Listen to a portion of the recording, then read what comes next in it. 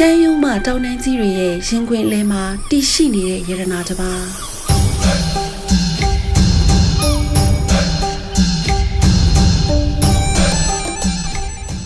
ယူကိုရီကြားကငွေရောင်ကန်တာကိုပြပါဆိုရင်အင်းလေးကန်ကိုညှို့ဆိုရမှာပဲဖြစ်ပါတယ်။အင်းလေးကန်ဟာပင်လယ်ရင်မြစ်နယ်ပြင်အထက်ပေပေါင်း2900ကျော်မှတည်ရှိပြီးမြန်မာနိုင်ငံရဲ့ဒုတိယအကြီးဆုံးကုန်းတွင်းရေအိုင်ကြီးဖြစ်တယ်လို့ UNESCO ရဲ့ဇီဝအဝန်းအဝိုင်းထိန်းသိမ်းရေးနယ်မြေအဖြစ်သတ်မှတ်ခြင်းခံထားရတဲ့သဘာဝရဲ့လက်ဆောင်မှုတစ်ခုလည်းဖြစ်ပါတယ်။အင်းလေးဒေသကိုရောက်ရင်အထူးခြားဆုံးမြင်တွေ့ရမှာကတော့အင်းသားတွေရဲ့ခြေတစ်ပတ်ချင်းနဲ့လှေလိုတဲ့အတတ်ပညာပဲဖြစ်ပါတယ်။ထူးခြားတဲ့ဒီတလေးဟာရေပေါ်မှာပေါက်ရောက်နေတဲ့ဘေးရာပင်တွေမြက်ပင်တွေကြားကနေအရှိကိုကြည့်ရှုနိုင်ဖို့နဲ့လက်နှစ်ဖက်ကိုငါးဖမ်းကရိယာတွေကင်တွေအသုံးပြုနိုင်မှုရှေးရခင်ကလေးကတီထွင်ခဲ့ကြတယ်လို့သိရှိရပါတယ်။ခြေတစ်ဖက်နဲ့လှေလောလက်တစ်ဖက်နဲ့ပိုက်ကုန်းကိုကင်တွဲတဲ့အင်းသားတို့ရဲ့ဟန်ပန်ဟာကဘာပေါ်မှာဘေးနေရာမှာမရှိတဲ့ကိုပိုင်အမှတ်အသားတစ်ခုဖြစ်တယ်လို့အင်းသားတို့ရဲ့ခိုင်မာတဲ့ဇွဲလုံးလားနဲ့ဟန်ချက်ညီမှုကိုထင်ဟပ်ပေါ်လွင်စေတဲ့ပြရုပ်တစ်ခုလည်းဖြစ်ပါတယ်။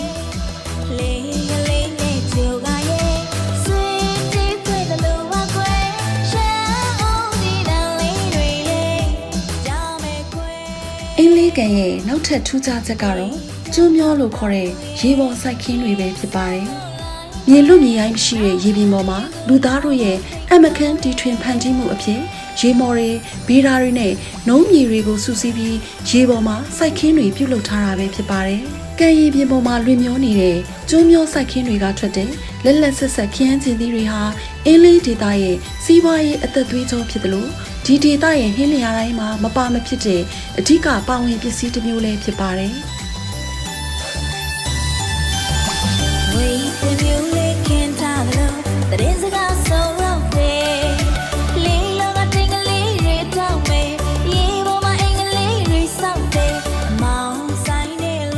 ဒါတွေမကသေးပါဘူး။အင်းလေးဒေသရဲ့ရိုးရာလက်မှုလုပ်ငန်းတွေဟာလည်းအင်မတန်မှလက်ရမြောက်လာပါတယ်။ပိုးတယ်နဲ့ကြာချီရကန်းလုပ်ငန်း၊ဝေတယ်လုပ်ငန်း၊ဗပဲလုပ်ငန်းနဲ့ရှမ်းစက်ကူထီလုပ်ငန်းတွေဟာလည်းအင်းလေးဒေသရဲ့ဂုဏ်ဆောင်ရိုးရာလက်မှုပညာရပ်တွေခိုင်မာတဲ့ယဉ်ကျေးမှုအမွေအနှစ်တွေပဲဖြစ်ပါတယ်။ကမ္ဘာမှာတခုတည်းသောကြာချီရကန်းလုပ်ငန်းဟာအင်းလေးကန်ရဲ့အသေးနှလုံးတစ်ခုဖြစ်ပြီးကြာရိုးတွေကထွက်တဲ့အမြင့်လေးတွေကိုတပင်ချင်းဆူဆီးလို့စိတ်ရှည်လက်ရှည်ငင်းပြီးရက်လုပ်ထားတဲ့ကြာတင်ငန်းဟာဒီဒေသရဲ့တန့်စင်တဲ့တရားတရားပြရုပ်တစ်ခုလည်းဖြစ်ပါတယ်။လာမယ်ဆိုမြေခေါ်ရင်တော့ရဲ့နော်အင်းလေးရှမ်းကုန်းမြင့်ချက်ကနေရွာကန်တာတဲ့အင်းလေးတောင်လေဒီနဲ့ရွာကန်ရှိတော့ရဲ့နော်အင်းလေး inside in the pew ပါတဲ့အင်းနောက်ထပ်ထူးခြားချက်ကတော့အင်းလေးဒေသရဲ့အသက်ဝိညာဉ်လို့ခေါ်တဲ့တကိုးကြီးဖောင်တော်ဦးဖျားငါးစုပဲဖြစ်ပါတယ်။နှစ်စဉ်တရင်ကျွတ်ကာလမှာကျင်းပတဲ့ဖောင်တော်ဦးဖျားဒေသစာရေးကြွချီအပူစော်ခံပွဲတော်ဟာမြန်မာပြည်မှာရင်မကကမ္ဘာမှာပါထင်ရှားကြော်ကြားလာပါတယ်။ရွှေဟင်းသာဖောင်တော်ကြီးနဲ့အတူရာပေါင်းများစွာသောခြေလှော်လေကြီးတွေရဲ့အင်တိုက်အားတိုက်လှေပြိုင်ပွဲတွေလှေလော်ရင်းအကာတွေဟာကြည့်ရှုသူတွေကိုရင်သက်ရှုမောစေပါတယ်။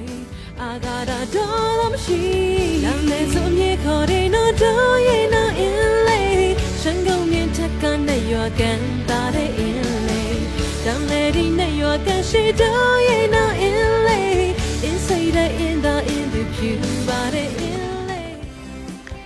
ကျွန်းသစ်တိုင်းလုံးကြီးတွေနဲ့တိဆောက်ထားတဲ့ရှေးဟောင်းဖုံးတော်ကြီးကျောင်းတွေရေပေါ်ဈေးတွေဟာလည်းအင်းလေးဒေသရဲ့သက်ဝင်ရောင်စုံပကြီးကားတွေပဲဖြစ်ပါတယ်။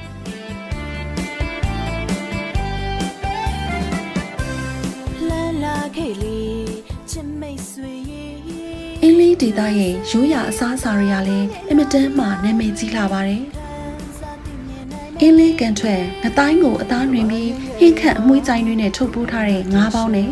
အင်းလေးဒေသရဲ့အေးတက်ကိုအန်တူနိုင်တဲ့ရှမ်းခောက်ဆွဲပူပူနွေ့နွေ့လေးတွေကလည်းခီးသွားတိုင်းကိုဆွဲဆောင်လျက်ရှိသလိုကျူးမျိုးပေါ်ကထွက်တဲ့ခရမ်းစင်သီးကိုချက်ပြုတ်ပြီးငါထမင်းဖြူတို့နဲ့တမအောင်နေပြီးစီချက်မွမွေးစက်သွန်ဖြူကျော်ဂျူးမြစ်တို့နဲ့တွဲပတ်စားရတဲ့အင်းလေးငါထမင်းတွေဟာဒီဒေသရဲ့တက်တက်မမေ့နိုင်စရာနာမည်ကျော်အစားအစာတစ်ခုလည်းဖြစ်ပါတယ်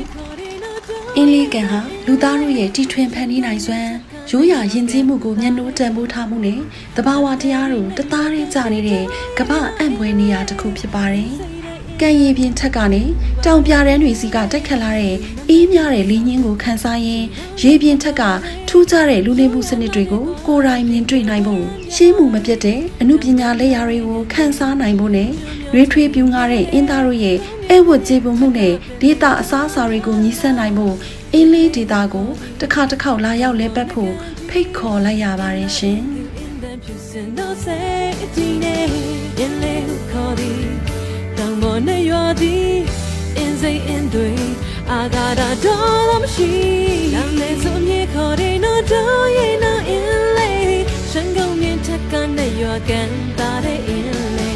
Don't let it know you're gonna